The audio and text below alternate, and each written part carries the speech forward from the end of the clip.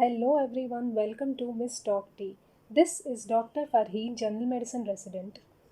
And today let's discuss regulation of body fluid content.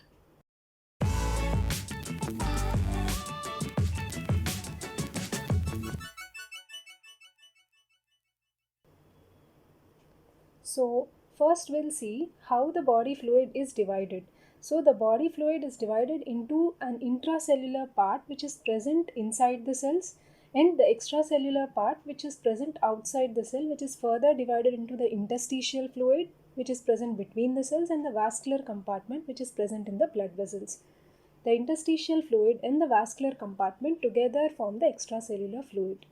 Now, increased amount of this interstitial fluid compartment is called edema. Okay. Now, this extracellular fluid contains sodium and water in a well balanced state. And this balance is maintained by first kidneys, which is also known as the intrarenal mechanism or the local mechanism, and some other systemic mechanisms.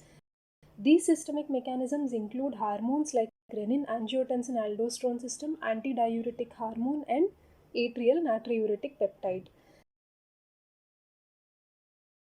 The second systemic mechanism is the sympathetic nervous system that regulates the body fluid content. And the third systemic mechanism is blood pressure regulating the body fluid content. So now here we have totally a local mechanism which is because of kidneys and systemic mechanism. Okay, so now we'll see what happens. Suppose a person drinks 2 liters of water, then will his body swell up by accommodating that extra 2 liters? No. Or will his plasma increase to 7 liters from the normal of 5 liters? No. Then what happens? So there is just increased urine output, that's all. So whenever the body fluid content is increased, the urine output is increased. Yes. So increased in the extracellular fluid volume will increase the cardiac output. The cardiac output will increase the arterial pressure. Arterial pressure will increase the glomerular filtration and thereby the urine output is increased. So increased in ECF will increase the urine output. Now we'll look at two scenarios. Let's suppose that the first person has less amount of body fluid. Then what happens? The kidney will decrease its urine output so that the fluid will be retained inside the body. Yes. So when there is decreased ECF, there will be decreased urine output so that the ECF will then come back to normal by retention of fluid. Now we'll look at the second person. The second case has more amount of body fluid. So the kidney will filter and excrete more amount of urine output. The excess fluid is lost and ECF comes back to normal. So increased ECF increases the urine output, so the ECF comes back to normal. Now here it is important to remember the mechanisms which are causing retention of fluid in the body. These include renin, angiotensin, aldosterone system, the antidiuretic hormone, and the sympathetic nervous system. So stimulation of these three mechanisms will cause retention of fluid. Similarly, loss of fluid is because of stimulation of the atrial natriuretic peptide as well as inhibition of all those mechanisms which are causing retention of body fluid. That means there should be inhibition of renin, angiotensin, aldosterone system, inhibition of the antidiuretic hormone, and inhibition of the sympathetic nervous system. So now we'll look at the mechanisms which are causing fluid retention when the body volume is less.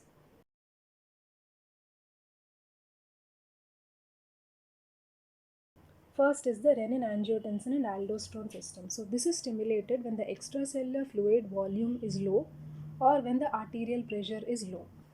Now let's look at the diagram. So this is an afferent arteriole which enters into the nephron, and this is the efferent arteriole which leaves the nephron.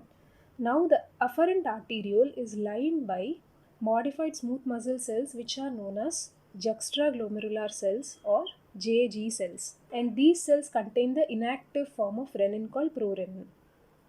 Now whenever there is decreased arterial pressure or whenever there is decreased extracellular fluid volume, these two will stimulate the JG cells to produce prorenin, which is then activated to renin. Now renin converts to angiotensin 1 and finally to angiotensin 2. And this angiotensin 2 has two actions. So first is a direct action on the kidney through the nephrons, and the second is the indirect action, which is via the release of aldosterone. Let's look at the direct action. The first thing is that the angiotensin 2 will cause vasoconstriction. So what happens when there is vasoconstriction? There is decreased blood flow to the nephron. Once the blood flow is decreased to the nephron, the glomerular filtration is decreased. Thereby, there is decreased urine output. So there is decreased loss of fluid. That means there is increased retention of fluid.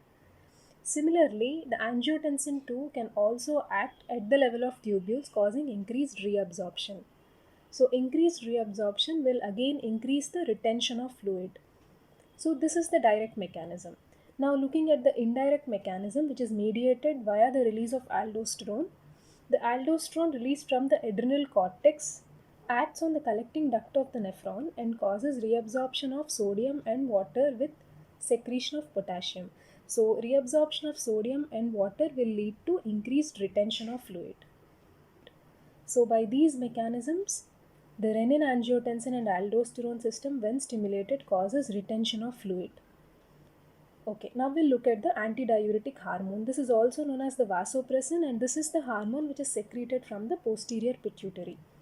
It is secreted when there is decreased amount of extracellular fluid volume. So decreased body volume will stimulate the release of antidiuretic hormone.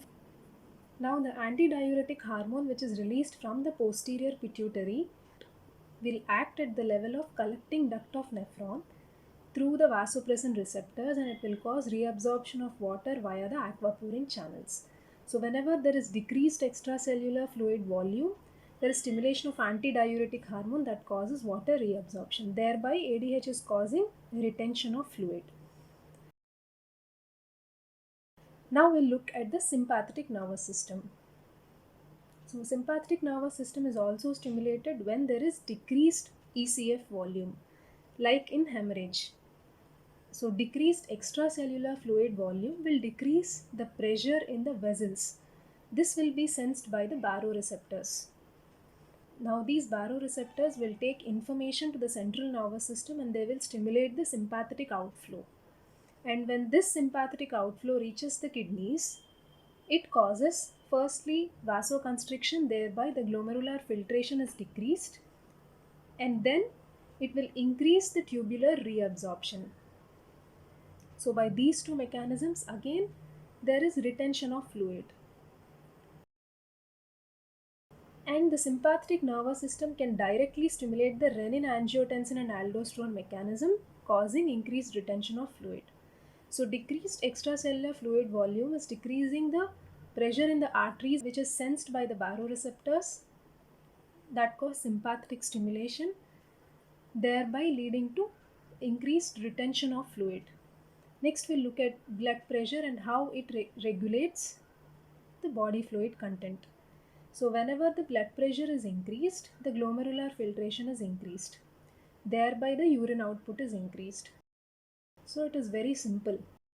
Blood pressure is directly related to urine output. And this phenomenon where increased pressure is leading to increased urine output is known as pressure diuresis. That means because of increased blood pressure, there is increased diuresis. Now this has a very important application. So the three mechanisms which we discussed till now, which cause retention of fluid, suppose there is excess retention because of these mechanisms, then what happens? This pressure diuresis comes into action. So the excess fluid that is retained will exert more pressure over the arteries. Thereby the arterial pressure is increased, the GFR is increased and pressure diuresis occurs, so that the body fluid then comes back to normal. Now we'll look at the mechanism which cause loss of fluid when there is excess body volume. Here comes the atrial natriuretic peptide.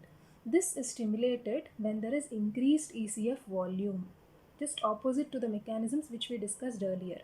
Whenever there is increased ECF volume, there is increased stretch over the atrial wall. which releases the atrial natriuretic peptide. So as the name indicates, this peptide causes natriuresis, that is loss of sodium and water in urine. Now this is the complete picture of what we have discussed so far. If it is still confusing, then just remember this picture.